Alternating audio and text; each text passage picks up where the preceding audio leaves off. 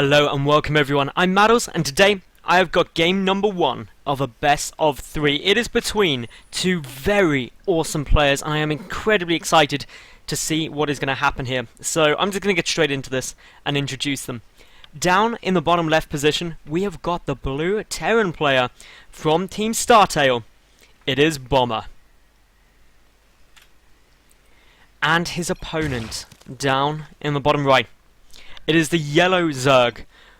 Root for root, it's CatZ. Now, of course, CatZ does have some fairly unusual builds up his sleeve. He does things which many a player would just sit there scratching their head at and thinking, WTF. But he makes them work, so that's all cool. Bomber. Well, Bomber doesn't really need an introduction. He's fairly awesome, and that is an understatement. He is very awesome. And he has got some solid play that will give even the best a run for their money. So, which way this goes, I just don't know. I have no clue at all. I think it's going to be all 3 games if I had to make a prediction, because I think Bomber could get caught off guard by something a little sneaky the CatZ will do, but we've got to wait and see. It is Whirlwind after all. We can get some funky stuff happening, but for the moment CatZ hasn't thrown down an early spawning pool. So that's good, but he also hasn't made a proxy hatchery yet, which is another thing which wouldn't be uncommon to see CatZ do. So, things, until they start going standard for CatZ, I'm just very, very untrusting, but he is rallying a drone down. He's going to be going for a... Okay, where's this drone is? Okay, the drone is going to be getting a 16 hatchery. That's fine, so a little bit later. Meanwhile, the drone scout is coming in being like, hey, I'm a drone, I'm going to run around, you've not made anything, so that means you're going to make a command center. Boom, command center down there. That's good, I'm not getting proxied, which is something you wouldn't really expect on Whirlwind to get a proxy 2 racks, but hey, crazier things have happened. And if anyone has seen those crazy things, of course it is CatZ, because he was probably doing them. Now, hatchery down, spawning pool should be coming up shortly. CatZ is going, oh my goodness, economical. Like, you can actually afford a spawning pool outright. Is he gonna... CatZ? Yep, there we go. He's taking the natural base with a hatchery. I did say that this is the sort of... Okay, a proxy hatchery is ridiculously common for CatZ, and that's just like... these are one of those sentences which you don't get to say enough, that there is a proxy hatchery coming down. Meanwhile, Bomber is just like, yo, wait, is that a hatchery? Oh god, there's a hatchery there. This is like, I feel revenge for all the time Zerg players have been like engineering bay blocked, have been pylon blocked. Now they're just like, screw it, I'm gonna hatchery block your natural. See how you like that. The bunker is coming down, the SCV is starting to drill its way through. This is gonna take such a ridiculously long time to get taken out. CatZ in the meantime, they're like, guess I'll get a spawning pool, guess I'll drone up, everything's fine, because you've got to deal with this hatchery. There's a hatchery at your natural, and if you don't deal with that, well, guess what? Tough. First Marine coming down, second Marine on its way, just slowly chipping away. Let's do a quick little bit of maths. Marines deal 6 damage per hit. Hatcheries have 15,000 hit points, rather. 15,000 hit points would be Imber. That would be so ridiculously OP, it would be hilarious. Everyone would just build like a wall of hatcheries outside their opponent's base, but still look. And then it's not just taking out the hatchery either, because the creep spread's going to be there. That takes even longer to recede, and this is just like Bomber just being like, oh, for goodness sake, why do I have to deal with this sort of thing? It's so frustrating, especially when I'm in command center first, but CatZ is now just like, I've got a hatchery outside your base, and now I'm going to follow this up with Zerglings and some... Oh, so the drone's going to come and build spine callers. CatZ is going for the complete special tactics builds right now. He's just like, he won't suspect this. This is going to make me win. He's probably singing all while he's doing this as well, because that's the sort of thing CatZ does.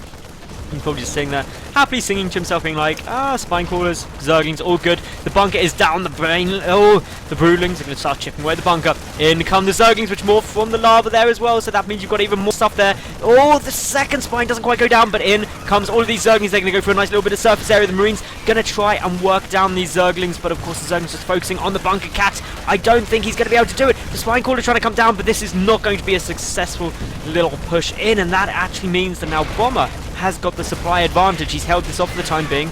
The creep is still there, still being very frustrating, but more bunkers, more barracks coming down, tech labs now coming down, and CatZ needs to drone, because he's only had 19 drones to 25 SCVs. He's making a defensive spine crawler, because what else are you going to do when you know your opponent's got a good number of Marines down, and you have not droned enough?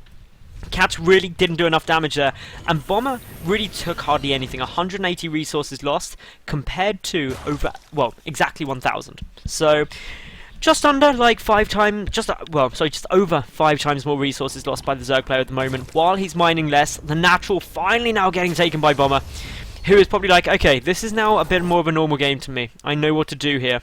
I can take my third command center. I can just get in an economically good spot because my opponent has committed a lot to putting on the early pain, which did very little on its own. So this is good. But CatZ is just like, I am not done yet with this aggression. I'm getting a Roach Warren in case you come and try and kill me. Bomber, at the meantime, though, he's just like, making Marines. Lots and lots of Marines, that's good. Baning Nest is good against lots of Marines, though. So CatZ, he's got this down to a T. The Overlord not sacrificing itself in yet.